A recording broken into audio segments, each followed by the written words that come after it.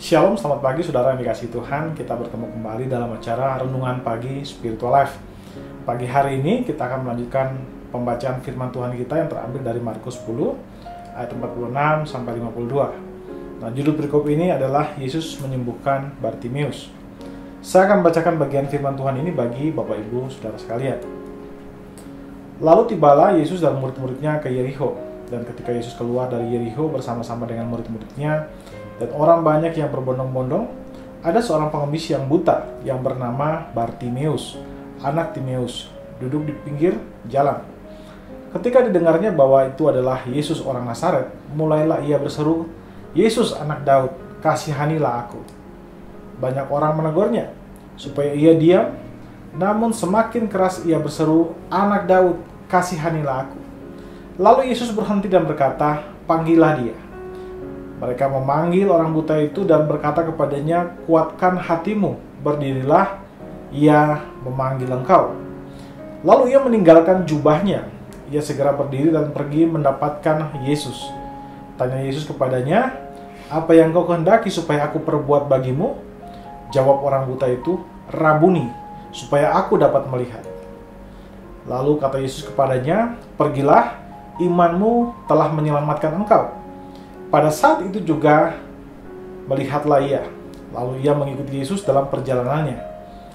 Saudara, perikop ini bercerita tentang perjalanan Yesus menuju Yerusalem. Suatu ketika Yesus dan murid-muridnya dan orang-orang banyak itu keluar dari kota Yerikho menuju Yerusalem. Nah, kemungkinan orang-orang banyak yang bersama dengan Yesus adalah orang-orang yang akan pergi ke Yerusalem untuk sama-sama merayakan Hari Raya Paskah di Yerusalem. Nah, dalam perjalanan mereka bertemu dengan seorang pengemis yang disebut Bartimeus. Sebenarnya kata Bartimeus itu artinya anak dari Timeus. Nah, ia sedang duduk di pinggir jalan. Ketika dia mendengar bahwa Kristus sedang melintasi daerah itu, maka ia pun berdiri dan memanggil Yesus dengan suara yang nyaring. Katanya, "Yesus anak Daud, kasihanilah aku." Nah, Kristus kemudian memanggil dia dan menyembuhkan dia.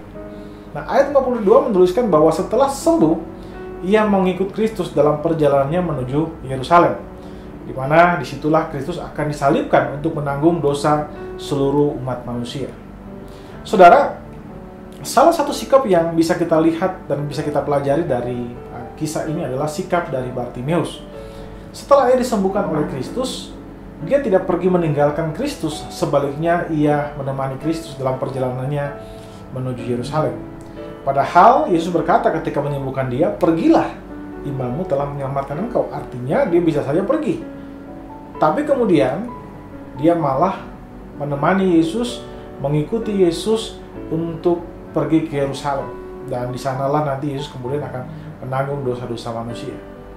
Nah, saudara dikasihi Tuhan, kalau kita lihat dari sikap Bartimeus ini, kita akan menemukan bahwa orang yang pernah mengalami kasih karunia Tuhan di dalam hidupnya, pernah mengalami kebaikan-kebaikan Tuhan dalam hidupnya, dia merasakan itu dan hatinya yang penuh dengan rasa syukur dan ucapan terima kasih itu membuat dia terdorong untuk mengikut Tuhan kemanapun Tuhan akan pergi.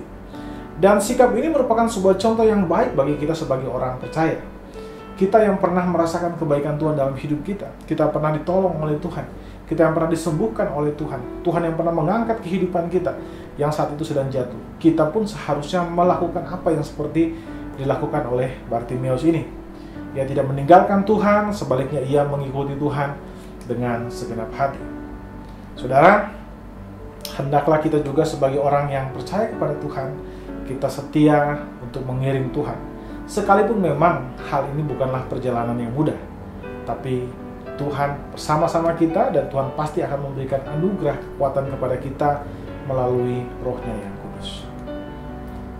Mari kita ambil waktu sejenak untuk merenungkan firman Tuhan yang baru saja kita dengar. Saudara, apakah saudara masih tekun untuk mengikut Tuhan? Di balik semua berkat-berkat yang sudah saudara terima, apakah saudara masih tekun mengikut Tuhan? Atau saudara malah terikat atau malah terjebak untuk fokus dengan berkat-berkat yang Tuhan berikan daripada Tuhan itu sendiri. Marilah kita mengambil waktu sejenak untuk mendoakan hal tersebut. Berdoalah juga agar Tuhan memberikan saudara ketekunan dan kesetiaan untuk mengikut Tuhan.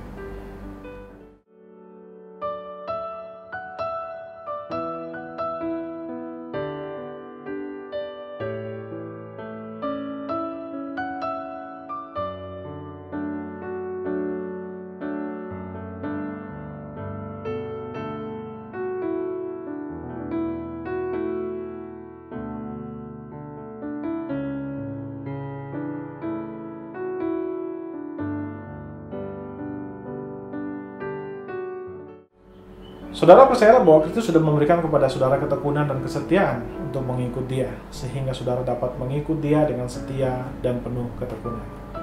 Mari saudara, kita tundukkan kepala, kita berdoa. Ya Tuhan Allah Bapa kami bersyukur buat kasih dan karunia bagi kami Tuhan Yesus. Kami berterima kasih jika firman Tuhan hari ini datang kepada kami untuk menegur kami, untuk mengingatkan kami, untuk menguatkan kami Tuhan Yesus.